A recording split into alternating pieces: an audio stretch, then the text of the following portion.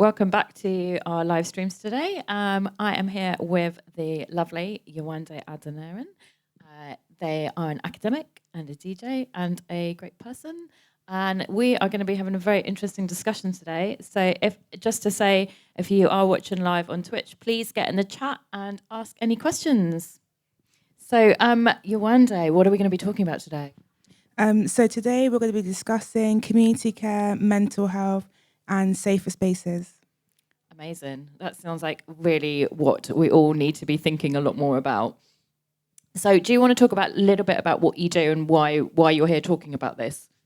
Yeah, so about 7 years ago, I started intervention, which basically was to kind of counteract the white, cishet, male-dominated dance music spaces, promoting releases. And we basically first of all started off as DJ workshops, then went into production workshops and lighting workshops. And we basically wanted to show people that if you just share resources and create spaces, you'll have a lot more different people coming through. And since then, we've thrown parties, we've done takeovers, and we've done radio shows as well. Where are some of the places you've done this? Because you take it all around the UK, don't you? Yeah, so we first of all started in Bristol, then London, Leeds, Manchester and Sheffield. And then we collaborated with Resident Advisor and we took it to those places, but also Glasgow, Edinburgh, Leicester, Birmingham, Cardiff. That's amazing. How does this relate to your academic work in any way? So most of my research I do focuses on the legacy of British colonialism and how that affects the media we consume, literature that's produced, and interpersonal relationships. And I wrote my MA dissertation on dance music culture and the commodification of it since the 80s. But I started off by looking at the 60s and looking at how the civil rights movements here in the UK and the decolonization movements across Africa and the Caribbean and how that basically allowed for different music genres to come through. So I looked at jazz, blues, and later on the emergence of techno. And then I basically traced it across different diasporas, mostly focusing on Nigeria because I'm British Nigerian. And then I arrived at sound system culture, of course, and MCs and how that became grime. And then me being me, I was like, I'm going to combine all of it together. And then that's basically how I got to intervention. I mean, there's so much correlation between what you're doing in your academic process to what you're doing in your, I guess, personal projects. Yeah. It really sounds like it informs it quite a lot. Yeah. Because when I started putting on events in 2013, 2014, it was basically just like a handful of people in Bristol. And people didn't really even know that house and techno came from Black culture. The pioneers were Black. Because a lot of the nights you went to were just white men. And I thought then, I was like, people need to know the history, because once you understand and have an appreciation for the history, you kind of look at everything completely differently. Like your outlook on life is different. You have an appreciation for how non-white people basically ended up in Europe. Like people didn't end up here just for lols. Like people were forcibly removed from their countries. I'm laughing, but I'm just laughing at you saying just for lols. Sorry, I'm not laughing at the oppression in any way, shape or form, just to be very, very clear about that. Carry on. And then it was there because I was basically used part of my student loan when I was 19, booked some DJs, put on a club night, and didn't even know what I was doing. I just had that youthful arrogance. Who were the DJs that you booked? Can you remember? No. But it was at that point where that UK bass sound was really popular. And this is another thing we'll have to talk about, the existence of drugs in dance music. But at that point in Brighton, it was very seshy. So I put on a very seshy night. And it was great, apart from there were loads of issues. Like people weren't respectful of each other. A lot of kind of women and queer people didn't feel very welcome. Because even though I put on the night, it was still dominated by the same people who kept dominating. So I then had to think about how not just to kind of tokenize people to bring them through, but actually how do we accommodate people so they could also have fun at the weekend. Do you feel that much has changed in regards to this kind of environment you've described? So in terms of demographics of nights out, I actually think it's pretty much the same. But what has changed, and maybe not even for the better, is now you do have a lot of tokens, and it does operate exactly the same structural oppressive lines. So if you do look at the industry, and it has been addressed since June 2020, but there's a lot of colorism, a lot of ableism, just a lot of queerphobia, transphobia. People mainly want a more palatable artist that they can promote. It's the ones that are acceptable.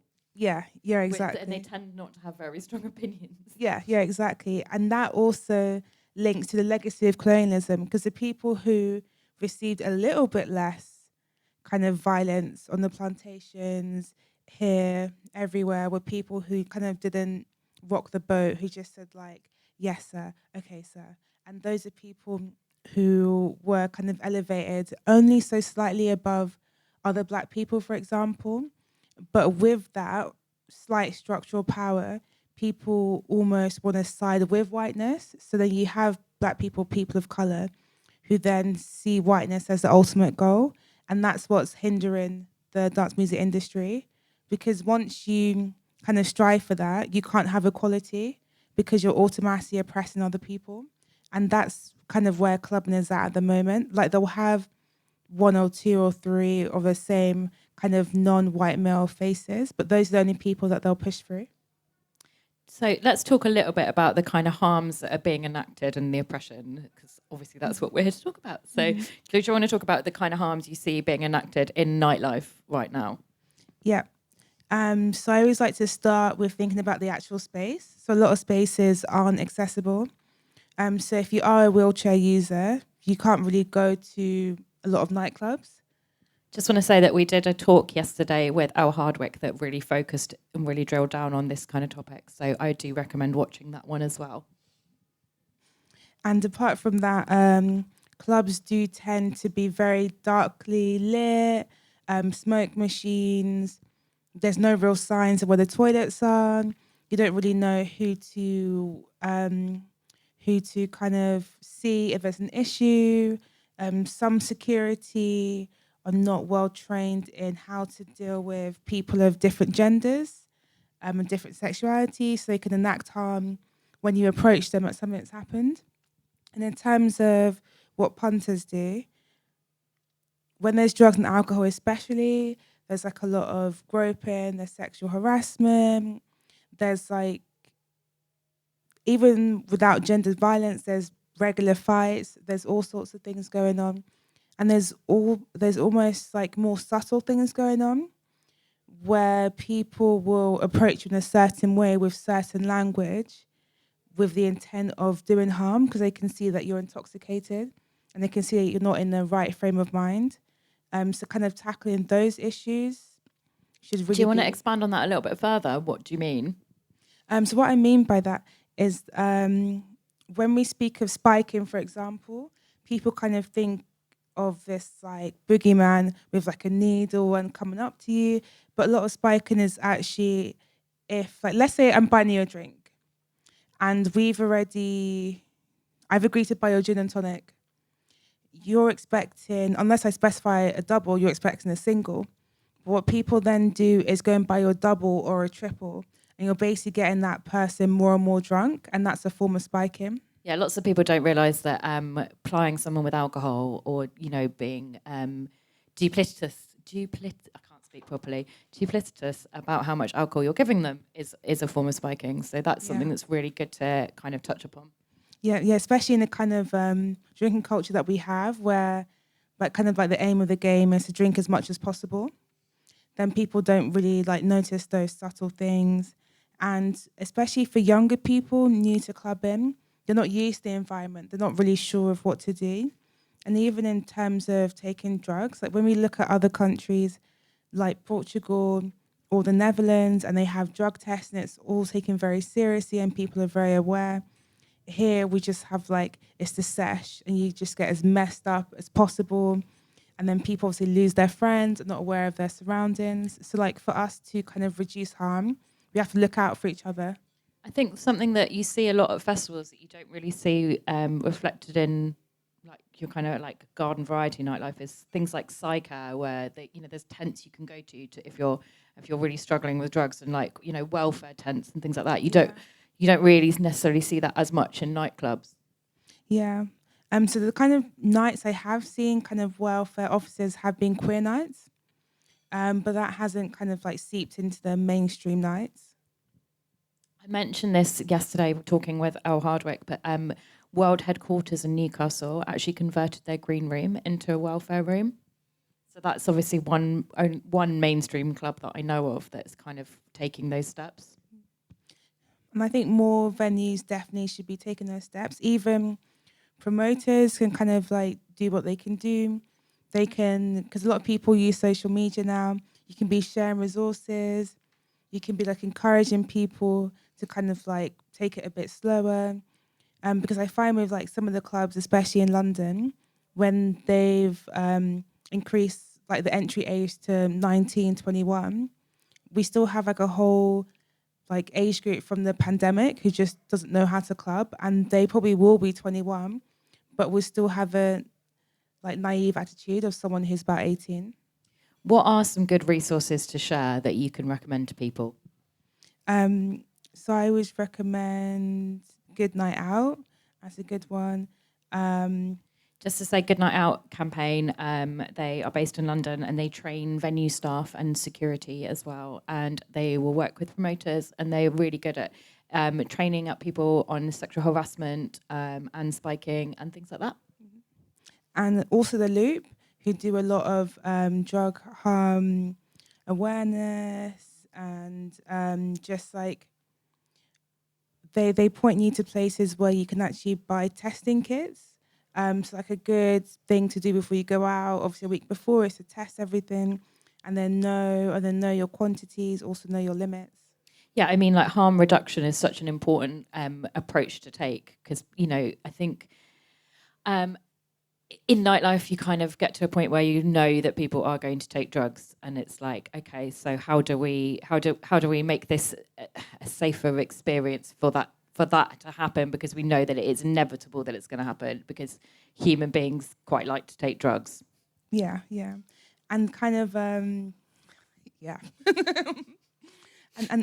and the approach we have where we just ban everything has never worked. Like it's never ever worked, and actually caused more deaths and more people becoming seriously ill.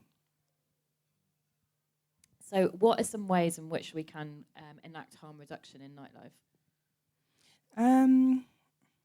I think as well as having security who are aware, because like security back when I first started clubbing, well, legally in 2012, security's job was just to kick you out if you were really drunk or really messed up.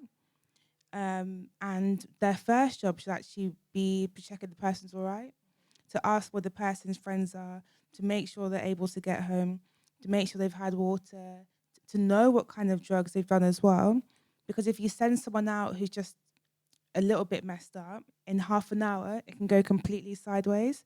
And that's how people have ended up. Yeah, it's just like thinking about nightlife safety not ending when you exit the nightclub. Yeah, exactly. Because like a lot of the like nightclubs, like people think nightlife just ends at 4 a.m. or when the club ends, but people then go to afters. People then have long journey homes, and that is when a lot of like harm outside the nightclub is also done.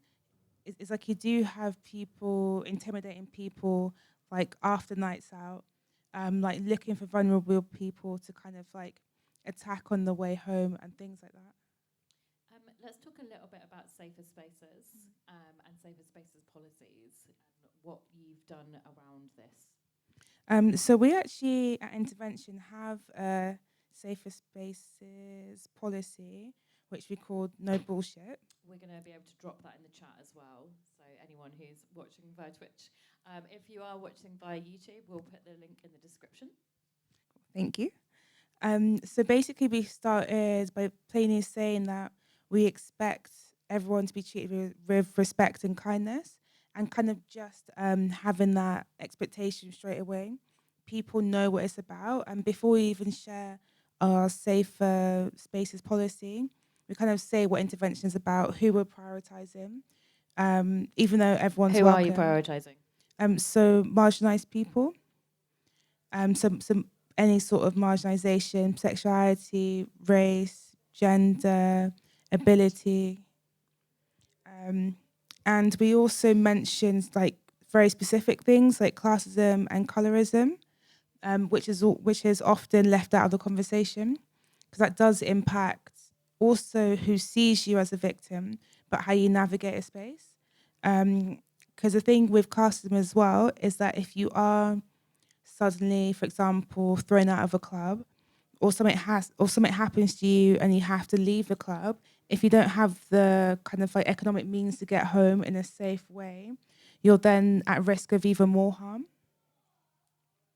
So we actually, for our nights, have a taxi fund. So if anyone, no questions asked, needs to just leave the club, we'll make sure that they get home okay. Is that for punters as well as performers then? Yeah. So it's literally for anybody who just needs to be out of that space. Do many people take you up on that? So at the kind of like the sold out shows, yes, because we just had more people come through, but a lot of people donate to it. How do you communicate that you offer this? So it's on one of the ticket selections. So if you order from RA or Head First or any other ticket retailer, you'll be able to see it right at the bottom of all the selections. And then we also have a blurb below that explaining why we have it as well, so people can kind of like put two and two together. And then the sort of things we mention is that when people agree to come to a workshop or buy a ticket, they're agreeing to certain things.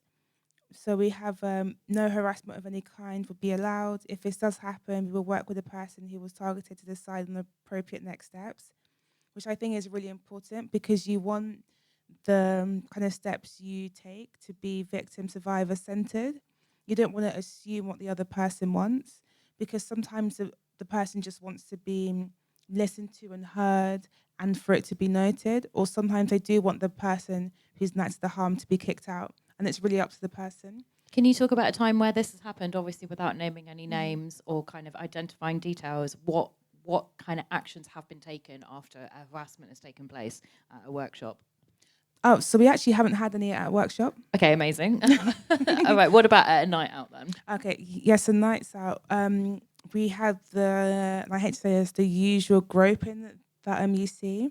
So the person came up to one of us and they explained what happened, showed us what the person was, and then we basically took the person who reported it into the green room, spoke to them, made sure they're all right. We asked them what they wanted to do. They said to have the person kicked out. We then got a member of the venue staff and security, and they dealt with it while the person impacted was just left in the green room. So they didn't have to like confront the person. No one knew that it was them who said anything.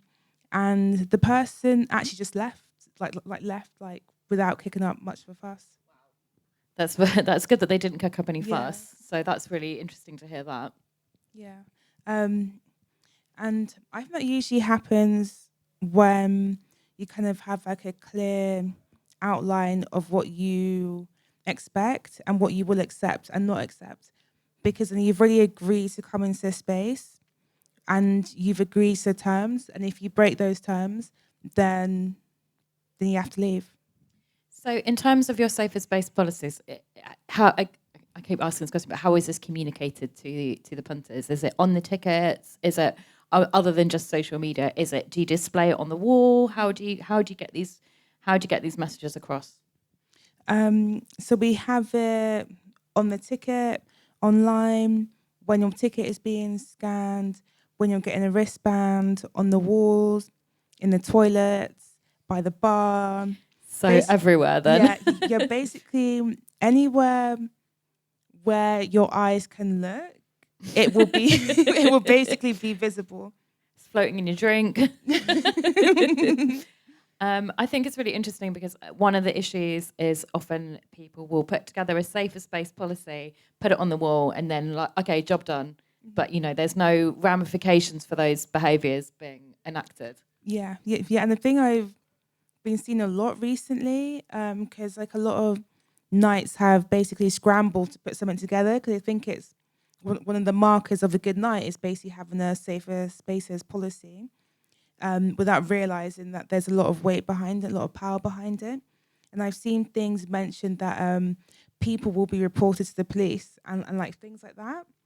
And that actually puts off people reporting incidents that have happened because you don't necessarily want somebody or want the police involved. Police, oftentimes, as we know, they're structurally sexist, racist, everything. So you actually end up putting the person who's reported it at more harm and more risk.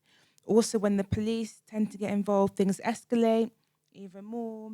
And I always think about it in kind of like smaller cities and smaller scenes.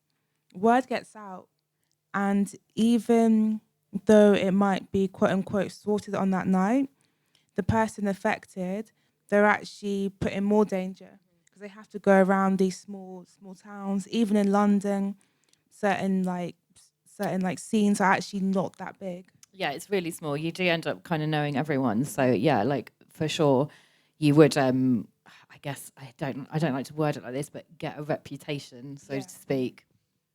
Yeah, exactly. And that is like the reason why we already have such a low number of people coming forward about any type of abuse. So I really want promoters to think about what they're putting in the safer spaces policy, if they even have the kind of skills to enact them.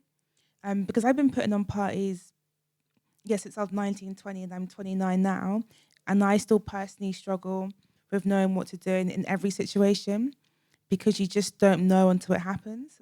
Like you can read every book, every infographic, speak to everyone, but until you're in that situation, you don't really know how to handle it. So I think it's kind of like being as prepared as you can, but knowing that if you make a mistake, how to handle it. Okay, so it's like what's a good practice for handling making a mistake then? As in general life, we make a mistake. So you have to hold yourself accountable first. You have to look at what actions that you personally took that ended up with that result and apologize to the person and then amend your safer spaces policy. Like I've been amending this one for like the past 5 years because things will arise. I'll also learn more myself.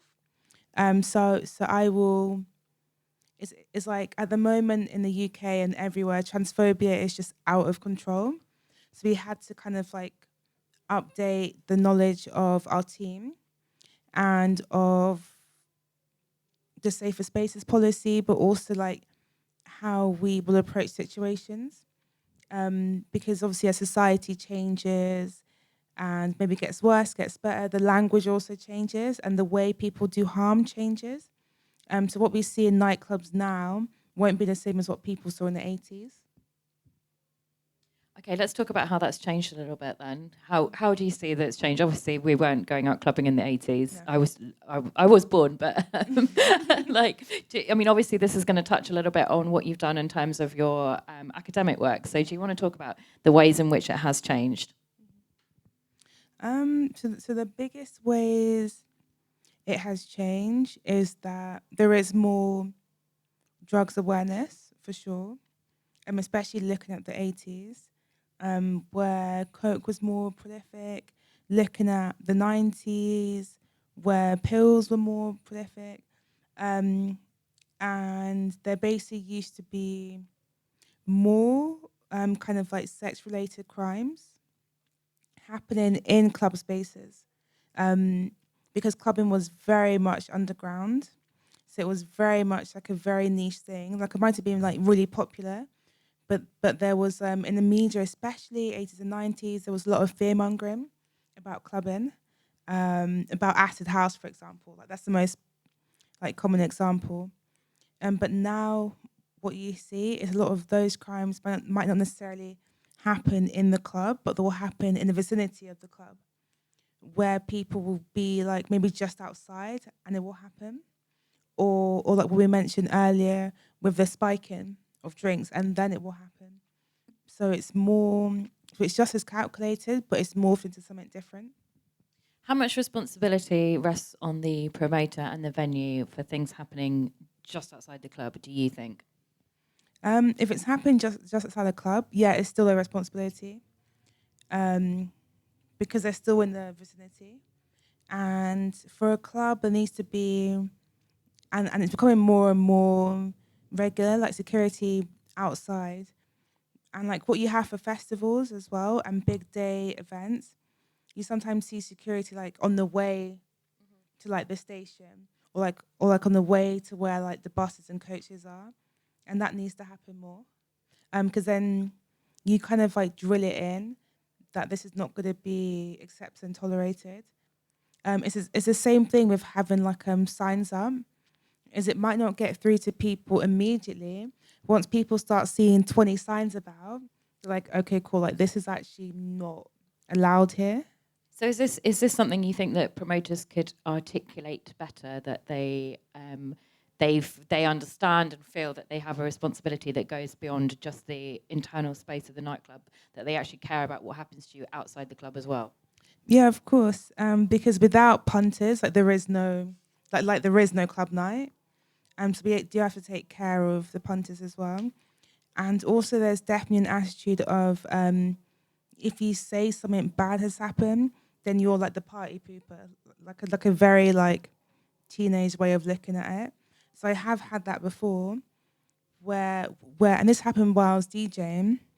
One of the DJs, one of the promoters' friends, basically was just like sexually harassing me, and then it came down on me that I was bringing the vibe down, even though I was obviously booked to play. So it's that sort of thing where people, What? yeah, that's a whole other off-stream anecdote. But it is that sort of attitude where people are really happy to put things in place, but when it comes to someone they know, they're less willing and most of the time not willing to actually see it through. So that's why I've seen a lot of promoters really happy to like drag out a random guy, but when it's not their own friend. yeah, exactly that. So you have to kind of like, if you're going to be about it, you have to be about it. And then I guess that really reflects on what you were saying about really small scenes. That kind of thing happening a lot more because everyone will know each other. So it's like, you can probably get away with a lot more in those kind of places. Yeah. Because the reality is everyone is a friend of someone. And that's just how it is. So you have to so when you promote and as a promoter, you really have to stick to what clubbing is about, and clubbing is primarily for marginalised people, and those are the people that always have to be prioritised. How would you suggest, as a marginalised performer, how one would navigate that? I mean, obviously we both fall into that category, so I'm asking the question for myself here. So I actually have a safety rider. So no people allowed in the booth unless I've authorised it.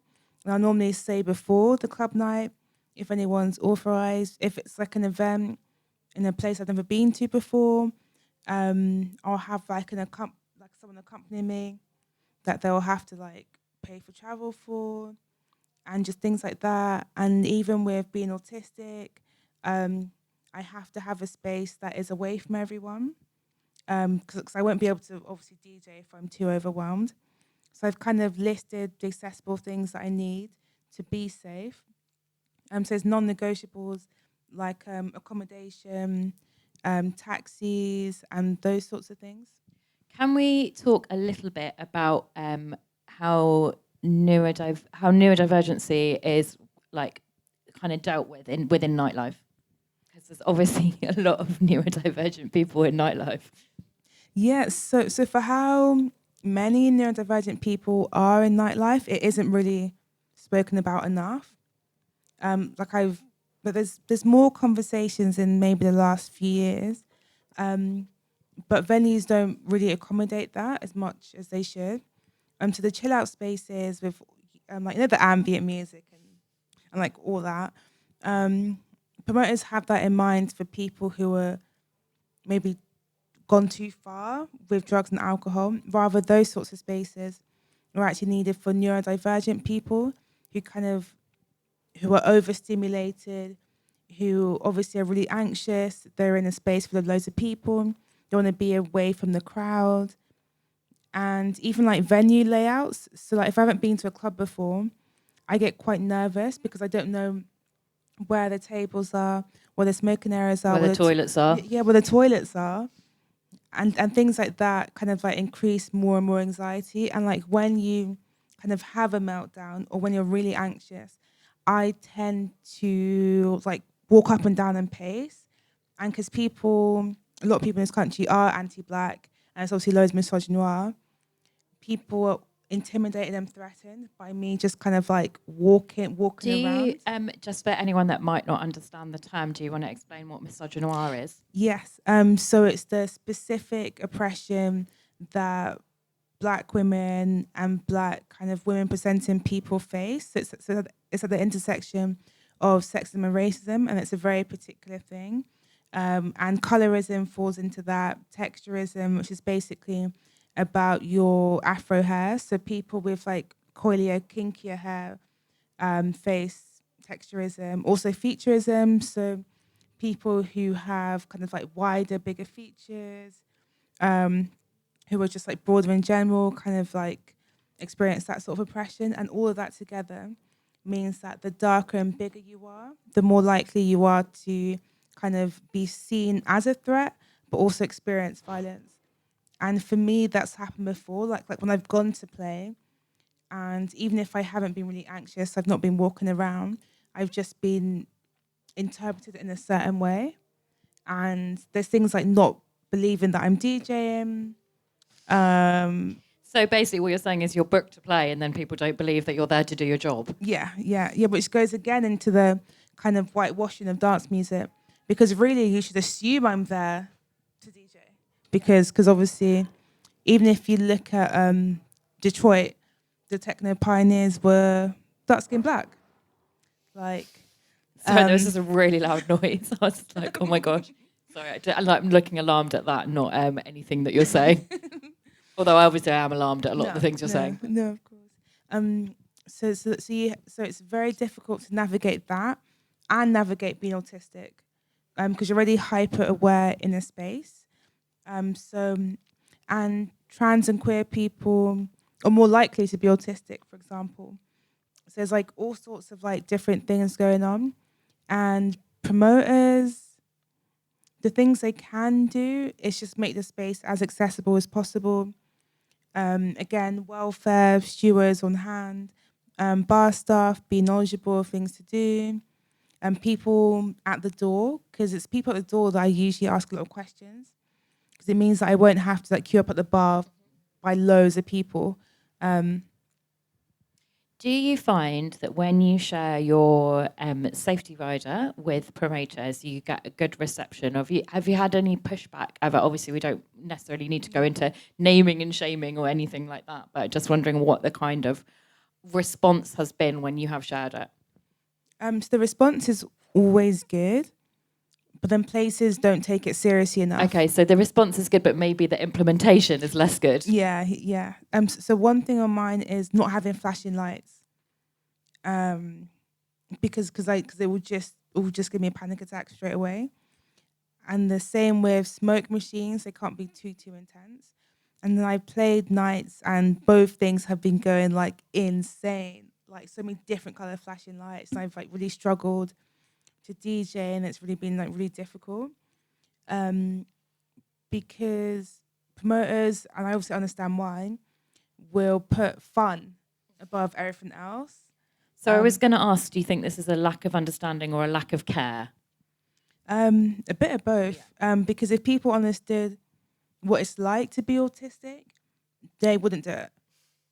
But because people just see it as like, because the depictions we have in the media of autistic people are very particular. They're of like a white man playing with trains and whatnot. So they haven't kind of understood it. It took myself a long time to understand like what it actually means. Again, people. Do you find that then people disbelieve you? Yes, yeah, all the time. Although people who know me say the opposite. Yeah, because it presents itself very differently in Black women and Black non-binary people, because we have to mask a lot more, and a lot of things are socialized out of you, and a lot of non-men generally have kind of like special interests that are more socially acceptable. So, for example, my obsession with dubstep, because it happened when dubstep was becoming popular, that was seen as like really cool and normal and fun, but the intensity of it is actually just a bit much. And like I've got a 140 tattoo. Yeah, like it's okay, good. Okay, so everyone can see it. Yes, so like that sort of thing. So less trains, more dubstep tattoos. Yeah, Right, yeah, okay. yeah. But if you like understood like that intensity as autism, then we would actually clock it a lot more. So yeah, this is really interesting. So it's like, you're saying these things to promoters, and then they're just not believing you. Yeah, but also a lot of promoters, they just throw parties just for the sake of throwing a party. Like there's actually not that many promoters who do it seriously for a career. So like promoters will just promote like with a group of friends just to throw a cool party, and that's it. Rather than like realizing they have like a really big responsibility. So I kind of think we should talk a little bit about kind of like collective justice and cancel culture, because I think this is a really interesting topic. And obviously people have a lot of varying opinions on it. So definitely, I mean, how does this factor in with intervention? So intervention. Obviously you've mentioned about kind of victim-centered care. So yeah, like, I mean, and obviously we've spoken a little bit about small scenes and how that's really affected by this. So just, yeah, how is intervention kind of looking at these topics?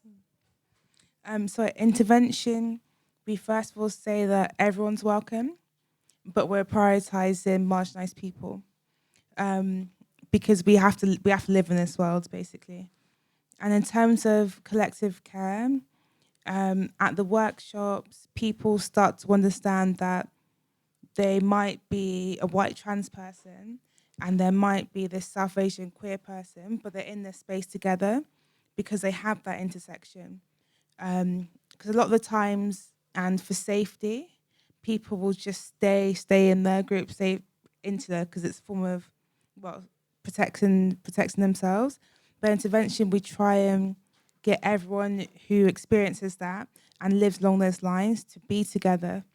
And what I've actually found is that a lot of the white cis het men who come to the workshops actually take a step back, and they actually, like for example, in the workshops, they tend to go near last, and things like that. Like they start to understand that, like they start to deprioritize themselves. It's not just you saying, okay, you're going last. It's them saying, no, I'm going last. Yeah, wow. Yeah.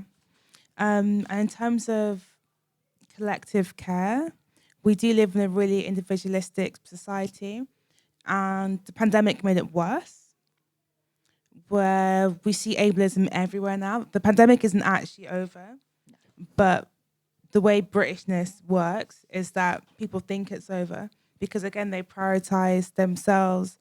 Like they prioritize open the pubs, for example, first, rather than actually looking at how the pandemic disabled people. And that sort of like attitude filters into everything you do. So we'll filter in the way you've been conditioned into throwing a party, because you can only throw a party with knowledge that you have. So yeah, maybe let's talk a little bit about how, the pandemic has disabled people? So, for example, I've tweeted loads about this. Follow Yewande on Twitter. At your own risk. So I have long COVID, and a lot of young people as well developed chronic illnesses from having COVID, and that hasn't been taken into consideration enough, because a lot of people got COVID and got quote unquote better, and some people didn't have many symptoms, whatever, and they kind of don't understand that wasn't the case for everyone. So how do we factor this into nightlife in terms of caring about people who have been disabled by the pandemic? Even just like a simple thing like having chairs, having places people can sit, even having like a wider variety of drinks, because I often don't like to drink alcohol because I know that it will cognitively kind of like impair me, which obviously it's great when you're like at a festival, that's the whole point. But like when you're not feeling well and your body is struggling, you need to be in tip-top condition. And a lot of places I've been to, I've tried to buy a soft drink. They've not really had soft drinks. And I've been like, okay, I'll just drink water. And it's again prioritizing people who aren't disabled. And even getting to a club sometimes can be so difficult. So I won't name any names, obviously, but there are some clubs that are accessible, like the building, but when I've walked from the station, it hasn't been accessible. And so it's like, how is that still inaccessible? How do you mean by that? So like the pavements have been like non-existent, or they've been in like really like remote. If I say any more, it will people know You're exactly. Like, oh, I know exactly what you're talking about. But it hasn't maybe been in a location that is near. Okay, so maybe an example of that would be steps up to a venue. Like you've got to walk up a staircase to get to a venue, which is then bills itself as accessible because it's got a ramp into the actual venue. Yes. Yeah, that sort of thing. Because it is strange that, and I understand why, because dance music is about dancing, but you are put off from sitting down because there is a culture around like everyone has to be jumping around and screaming and whatever. But sometimes people people enjoy themselves in different ways, and we have to understand that and accommodate for that. I suspect that be because you're going to drink faster when you're stood up than when you're sat down. So venues will see a boost in bar sales from people not being able to sit down. Yeah, exactly. And then considering the kind of hit nightlife took with the pandemic, like I do understand why venues haven't maybe become fully accessible yet. Again, prioritizing it's literally prioritizing profits over people, isn't it? Yeah, which is another thing of excluding disabled people because they're excluded from so many different things. But generally, nightlife is about marginalized people. So if we exclude one marginalization, then we've kind of like flopped at the start. Let's have a chat about drugs. Okay. Because I saw a really interesting tweet the other day that was saying about the UK having a really big ketamine problem, and how it's really difficult as a performer to kind of read the dance floor when everyone is like just in a K-hole. So obviously that's kind of from a more kind of creative perspective rather than a safer space perspective. But I do think let's talk about the impact that obviously drugs do have on the dance floor. Yeah. So as you know, I've lived in Bristol for many years. Yes, I'm very, very aware of the ketamine problem. From a creative point of view, it is tough because people are enjoying themselves because they're on the dance floor, but they're not moving. And like, especially when you're autistic, like it's really difficult to read people. And so when they're also on ketamine, I'm looking at the person and they're kind of not there.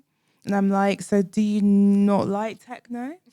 Or do you love it because you're still here? Ketamine is a dissociative anesthetic, so they're literally, Yeah, which makes it really hard to, feed off the crowd, because the whole point of being a DJ is, well, obviously playing the tunes that you love, but also making sure people also have a good time. You're creating a connection between yourself and the booth to the people on the dance floor, and that can be really difficult to do with people on certain drugs. One of the this tweet I saw, one of the responses was another DJ saying that actually now they asked the promoter when they play. It was a big touring DJ. They actually asked the promoter now what the drug of choice is at that night or in that city, so that they can kind of plan accordingly around that. Yeah.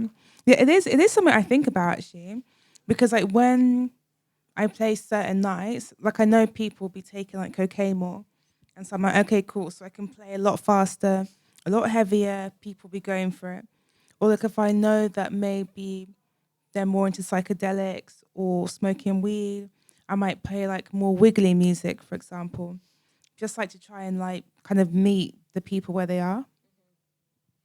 Yeah, I mean, maybe that's something that it kind of seems weird to like put things like that on like a safety rider, but maybe like transparency and being upfront and asking these questions is going to give us the ability to move forward on them. Yeah. What is let's talk a little bit about queer spaces as well, and how this differentiates between all the other the issues that we've talked about. So obviously I love queer nightlife, but there is like an idea amongst a lot of people that they think they can't be oppressors because they are oppressed themselves, and that actually has led to even more oppression. So I actually, at the moment, kind of feel safer to be in nights that are actually more cishet because of things like safer space policies. That's really interesting. Are kind of like more apparent because I'm obviously very visibly more marginalized. Rather in queer spaces, people think, especially white queers and white trans people, kind of think they can't be racist because they are obviously really oppressed by queerphobia, transphobia. And then that kind of cognitive dissonance means that when they do enact harm, there is such like a visceral reaction, like more than I've seen in any club that's been like dominated by straight people. And it's going to take a lot for that to change, because these people generally are educated on what harm is. Like queer nightlife has got to a really good position where kind of like things like drug harm reduction has been taken really seriously. Kind of like sexual assault has been taken seriously. Things around consent with other people, consent with yourself, it's all been brilliant.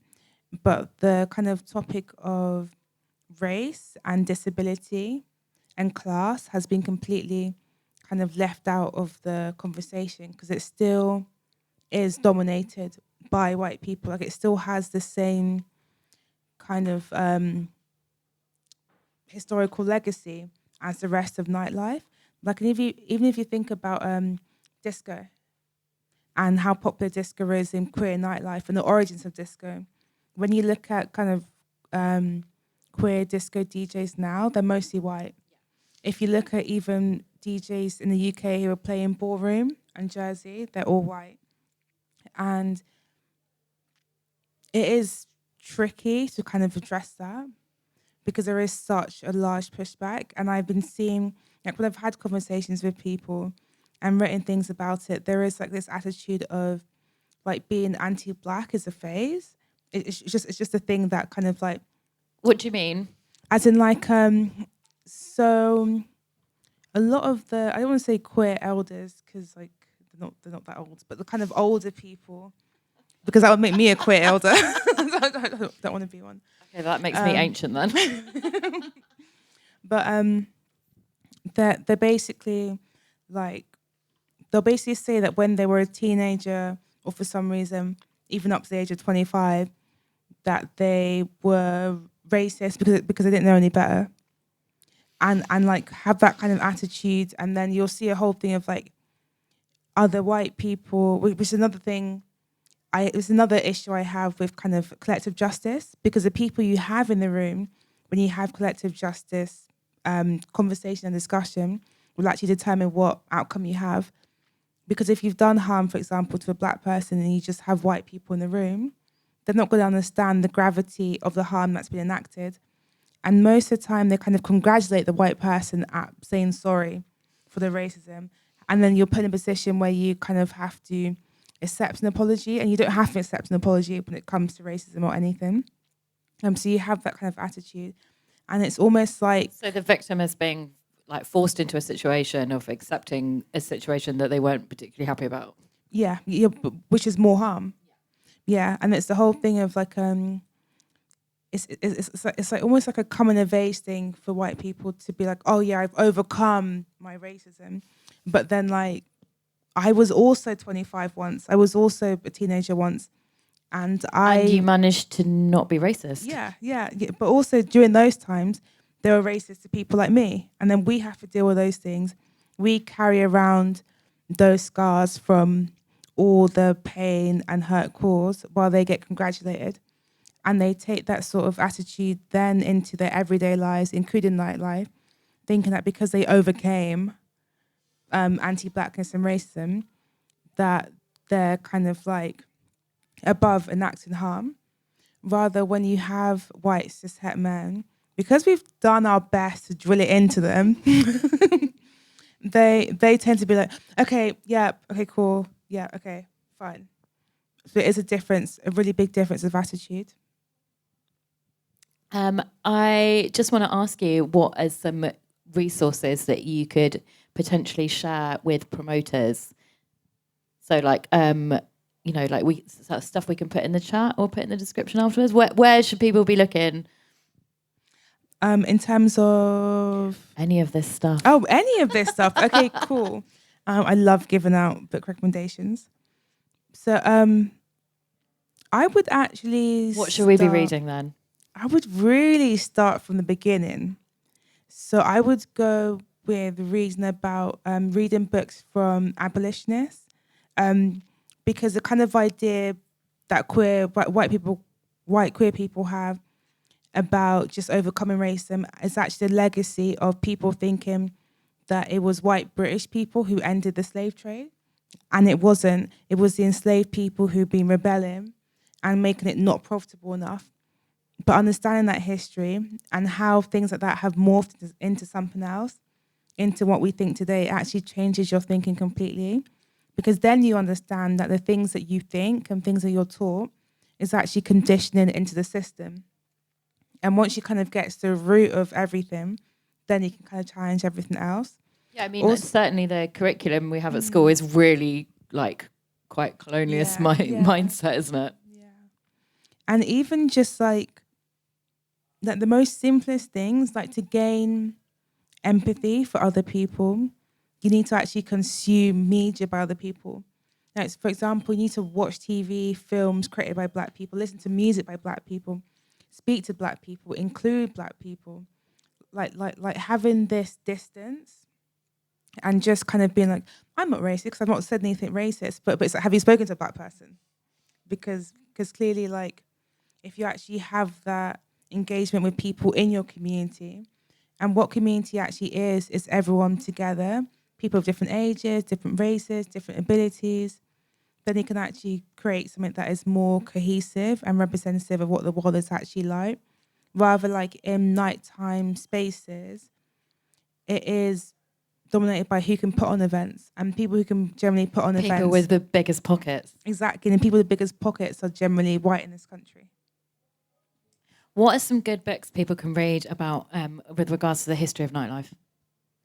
History of nightlife. In terms of directly relating to what we've been talking about. What were some books that you read for your dissertation then? There aren't actually books that directly discuss what I've discussed, but I basically put together looking at how in the 1960s, hippie culture, and how that was mostly white middle class people, and how they basically co-opted the language of the civil rights movements to kind of like include themselves in it. And then I went and I basically looked at how the drum was banned by colonial masters, by slave masters, and how they kind of kept the drum going by just using like bits and bobs they had around, and how that then morphed using technology from Japan in the 80s, 808, if no one's heard of that, into what we see in Detroit today. So what I had to do was actually put little bits of different history together, because a lot of what happened has been destroyed. It's like we had in the news that they again lost on another train loads of records from during the slave trade. Yeah, so it's difficult to have one book with difficult to have like a comprehensive history. Yeah, okay. yeah. Which is what I hope people will start to do. Is that something you would like to do? Like that sounds, or yeah. Someone wants to pay me like 50 grand, I'll do it, 100%. Any agents out here watching? Get Yewande a book deal. Do we have any questions?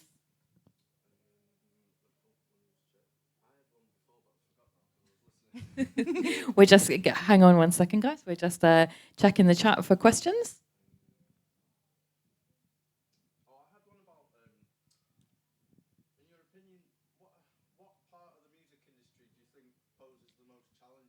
We're going to just repeat the question back as well.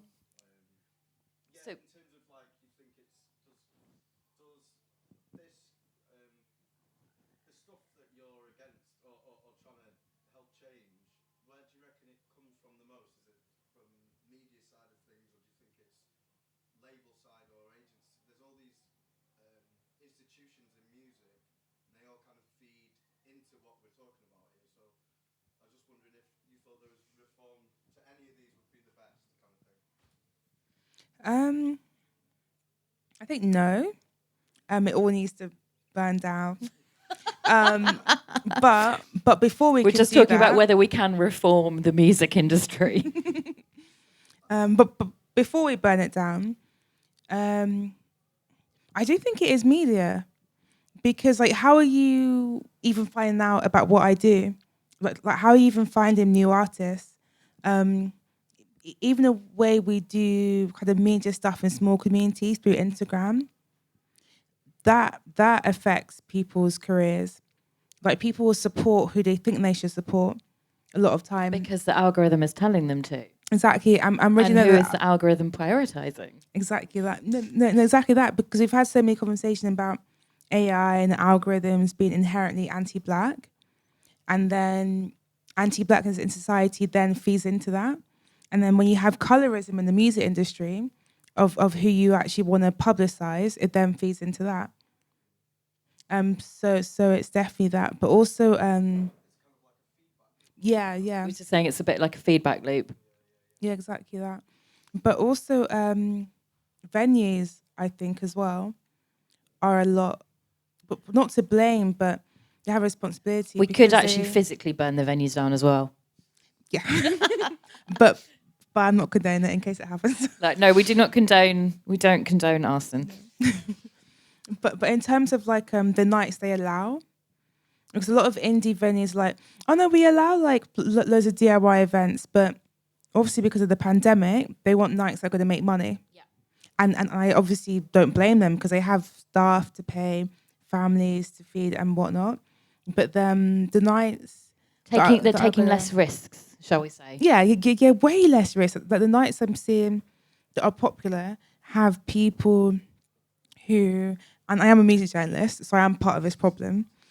But people who are like, for example, in like the top 10 artists to check out this month would be those artists that then people book for DJ sets, rather than like what happened when I was becoming a DJ. People just booked me because like, oh my God, we can book this person that no one's really heard of. So yeah, it does seem like a lot of the festival lineups, especially at the moment, are like literally exactly the same artists playing every single festival. You're literally going to the same festival, just in a different park in London. Yeah. No, but it's pretty much that, because they know it will sell. And when everything's so precarious, are you going to book a lineup that you know will sell out? Or are you going to take a risk and be like, whatever's going to go is the one that everyone else is thinking is going to go to, rather than a lineup that's actually kind of like experimental and something new? So who do you think is kind of pushing against that, shall we say? Let's not talk about who's rubbish, because we don't need to, because it's not that hard to figure out. But who do you think is doing exciting things? That wasn't shade directed at anyone. Like, who's doing good things? Good things. Interesting question. Who's doing who's taking risks right now? That's what I'm interested in.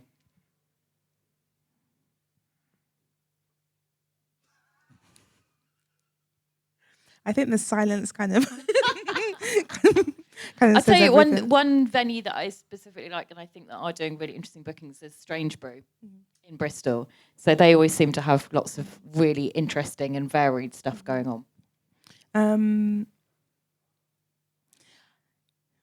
I would say for Bristol.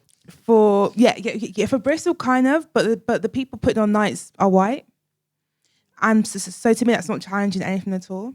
Okay, fair. So that's something that you feel that they could improve upon. I think all venues. Yeah. Including Rye Wax. Actually, we haven't put on an event in 3 years, so. Yeah, okay, this does count. So do we have any more questions?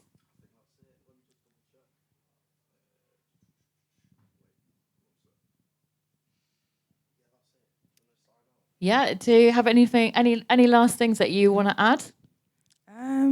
No. Right, thank you so much to my lovely guest today, Yewande. Thank you so much. Woo!